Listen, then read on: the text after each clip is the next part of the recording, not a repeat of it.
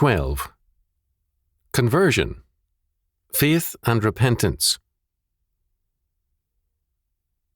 As Berkhoff pointed out, both Old and New Testament words for conversion indicate not only intense and deep feeling, but a change of life and direction.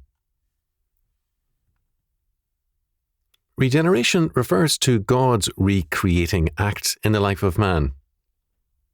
Conversion refers to man's experience of that act and his resulting activity, his changed life. The Westminster Confession of Faith, Chapter 9, Section 4, says of conversion, "When God converts a sinner and translates him into the state of grace, he freeth him from his natural bondage under sin, and, by his grace alone, enables him freely to will and to do that which is spiritually good, yet so as that, by reason of his remaining corruption, he doth not perfectly, nor only, will that which is good, but doth also will that which is evil." Atonement and justification refer to the juridical or legal basis of our salvation. Regeneration speaks of the act of God whereby the justified man is made a new creation, so that he not only has a new legal status before God, but also a new life from him, a new moral nature. Conversion refers to our experience of God's atonement, justification, effectual calling, and regeneration. Conversion is commonly analysed into its two basic aspects, faith and repentance. Faith can never be reduced to easy believism, nor mere opinion. Scripture is clear that faith without works is dead. James chapter 2, verses 14 to 26. The same point is made in precise detail in Romans chapter 3 and 4, and in Hebrews chapter 11. As Whitehouse pointed out, obedience, conformity to what God prescribes, is the inevitable concomitant of believing. Thus, faith cannot be opposed to works, unless the works are the product of self-righteousness rather than regeneration. Works cannot justify a man. Rather, good works are the necessary and inescapable fruits of righteousness, of justification and regeneration. The life of faith is marked by the fruits of faith. Matthew chapter 7, verses 16 to 20, John chapter 15, verses 16 and 17. Furthermore, faith and sight cannot be sharply contrasted, as some would have it. Paul, in Hebrews chapter 11, contrasts the natural sight of the sons of Adam with the vision or sight of faith, which moves in terms of the evidence of things not seen. Hebrews chapter 11, verse 1. Moreover, in Hebrews chapter 11, verse 13, we read, "These all died in faith, not having received the promises, but having seen them afar off, and were persuaded of them, and embraced them, and confessed that they were strangers and pilgrims on the earth." Faith is plainly set forth as more far-seeing than unbelief. Thus, it is wrong to speak of blind faith where Scripture is concerned. Faith has the truer vision, and the more penetrating one, because it sees beyond the moment and the visible.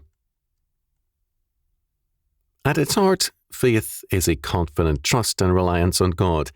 It means that we place our entire hope and life in His hands, as Abraham did with Isaac. Genesis chapter 22.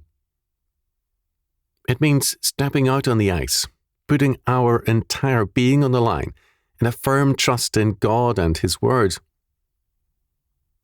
That which outwardly seems incapable of sustaining, to be thin ice, we know from His Word to be our sure foundation. Hence, the just shall live by his faith. Habakkuk chapter 2, verse 4. Faith is faithfulness to God and His Word. It is obedience. The converted man reveals his new nature by trusting in God rather than himself or in any other man. Abraham, we are told, believed in the Lord, and he counted it to him for righteousness. Genesis chapter 15, verse 6. Abraham did more than give a verbal assent to God. The Hebrew word is amen. He said, Amen to God with all his being. Repentance is clearly associated with faith. It means a change of mind, life, and direction. Having gone one way, we reverse ourselves and go another. Just as faith is not to be confused with easy believism or verbal assent, so repentance must not be confused with saying we are sorry. True repentance means a changed direction.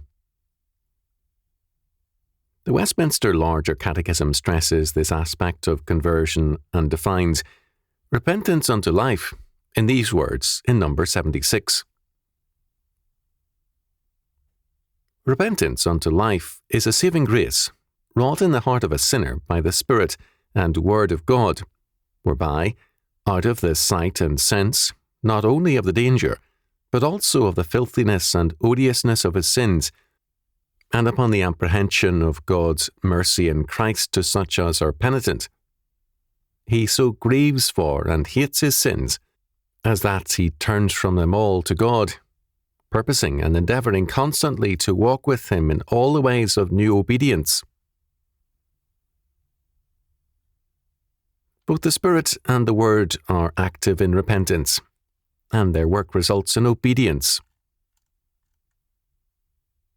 Thus, faith leans on or trusts in the Lord. Repentance means a change of direction and works, so that the outcome of faith and repentance is a new and godly obedience. Some are insistent that faith must not be confused with orthodoxy, and this is true if by orthodoxy mere assent or traditionalism is meant. However, if by orthodoxy right thinking and right doing is meant, it must be said that faith and repentance lead to and require orthodoxy. Regeneration is the precondition of conversion, of true faith and repentance. In regeneration, man is totally passive, and God acts. Conversion is the consequence in a man's life of regeneration, so that man plays a part in his conversion, as do other people. While God is the author of conversion, it involves also human activity and response. Arminians look to this aspect of man's salvation, the conversion experience, and insist on giving the human response the same status as the eternal decree, God's regenerating act, and his legal acts of atonement and justification. The result is to undermine the meaning of conversion. However, just as man's natural birth cannot be of man's doing, so man's rebirth in Christ cannot be man's doing. In either case, we receive the gift of life. A man may or may not know the day of his conversion. He cannot know when God regenerated him, but he cannot escape knowing that he is regenerated and converted. It is the same as knowing that we are alive, only now alive in Christ. Regeneration and conversion are aspects of our restoration, which is completed with the resurrection of the dead. Conversion is a basic step in that restoration. According to Manti, the only normal man is the converted man. This should be qualified by saying that the converted man is the only man who is on the way to the fullness of health, the totality of the redeemed life.